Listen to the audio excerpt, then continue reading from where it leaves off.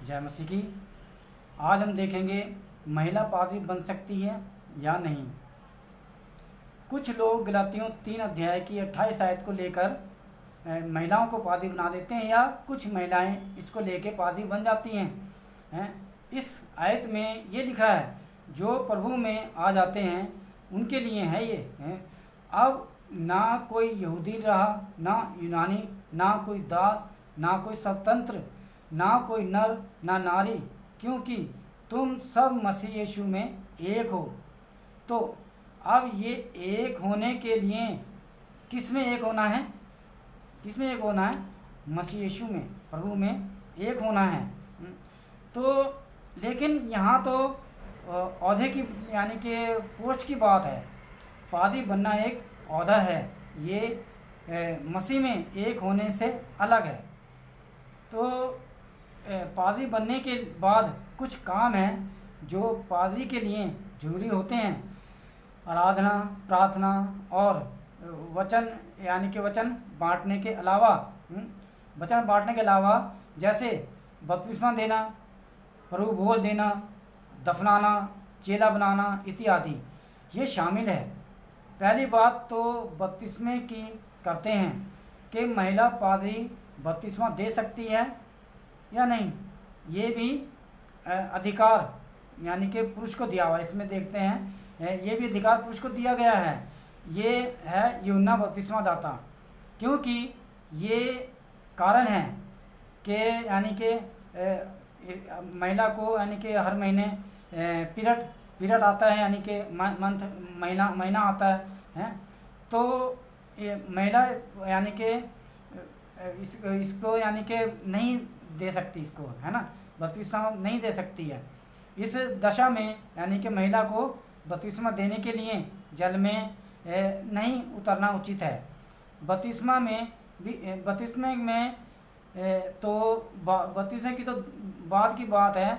अगर इस दिन बपतिस्मे का दिन ठहराया हो, उस दिन अगर महिला का यानी कि जो पीरियड है वो आ जाए तो उसके लिए वो उचित नहीं, ठीक नहीं है। इसके ऊपर मैं और ज़्यादा बात नहीं करना चाहता।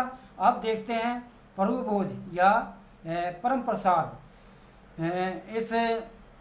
इसको भी देखते हैं ना। ये भी महिला पादरी प्रभु भोज नहीं दे सकती, क्योंकि ये यीशु के शब्द हैं। ये शब्द पुरुष ही दोहरा सकता है, पुरुष ही दोहरा सकता है। तो इसमें पहला कुरिन्थियों यानी कि 11 अध्याय की 24 आयत में 24 से 25 आयत तक पढ़ लेना। जब विश्वासियों को परम प्रसाद दिया जाता है तो ये दोहराना पड़ता है। यानी यीशु कहता है अपने चेलों को, रोटी तोड़ के, ये मेरी देह है, जो ये मेरी देह है जो तुम्हारे लिए है, मेरे स्मरण के लिए यही क्या करो। इसी रीति से उसने ब्यारी के पीछे कटोरा भी लिया और कहा, ये कटोरा मेरे लहू में नहीं वाचा है, जब कभी पियो मेरे स्मरण के लिए यही क्या करो। तो ये शब्द यीशु मसीह के हैं जो पुरुष के हैं, तो पुरुष ही दोहराएगा, महिला पादरी नहीं दोहरा सकती। ये शब्द उसके लिए उचित नहीं है। तो इन्हीं 2 बातों में ही महिला पादरी रिजेक्ट है, यानी कि पादरी नहीं बन सकती। तो और बातों की बोलने की ज़रूरत ही नहीं पड़ती, जैसे दफनाना, चेला बनाना और पादरी के स्थान पर खड़े होकर प्रचार करना इत्यादि। फिर भी हम कुछ और बातों को सामने रखते हैं।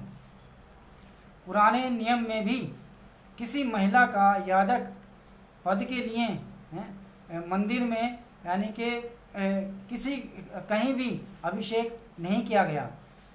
याजक का मतलब किसी पापी मनुष्य के पापों का प्रायश्चित करना है, जो मंदिर में सेवक हैं, और ये यीशु को दर्शाता है जो पुरुष है, महिला नहीं। याजक की पत्नी उसके साथ हाथ बटा सकती है, लेकिन उसके औहदे के स्थान पर नहीं, यानी शुभ समाचार बांट सकती है, सामरी बांट सकती है। सामरी यानी कि जो सामरी स्त्री है, सामरी स्त्री ने भी तो प्रचार किया था, लेकिन पादरी बन के नहीं, पादरी बन के नहीं। यूहन्ना 4 अध्याय में पढ़ लेना। बगैर पादरी बने उसने अपने गांव में प्रचार किया और पूरा गांव यीशु पर विश्वास लाया। और उस स्त्री से कहा, गांव वालों ने स्त्री से कहा, अब हम तेरे कहने ही से विश्वास नहीं करते, हमने आप ही सुन लिया है और जानते हैं कि यही सचमुच में यानी कि जगत का उद्धार करता है। 4 अध्याय की 42 आयत में पढ़ सकते हो। यीशु ने इस स्त्री को नहीं कहा कि गांव में जाके प्रचार कर, लेकिन जो सच्चाई थी वही प्रचार करा, लेकिन पादरी बन के नहीं। और यीशु ने भी नए नियम में किसी स्त्री को चेला बना के प्रचार के लिए नहीं भेजा। मत्ती 28 की 18 और 19 आयत में लिखा है, चेलों को कहा यीशु ने उनसे के पास आकर कहा कि स्वर्ग और पृथ्वी का सारा अधिकार मुझे दिया गया है, इसलिए तुम जाकर सब जाति के लोगों को चेला बनाओ और उन्हें पिता, पुत्र और पवित्र आत्मा के नाम से बपतिस्मा दो।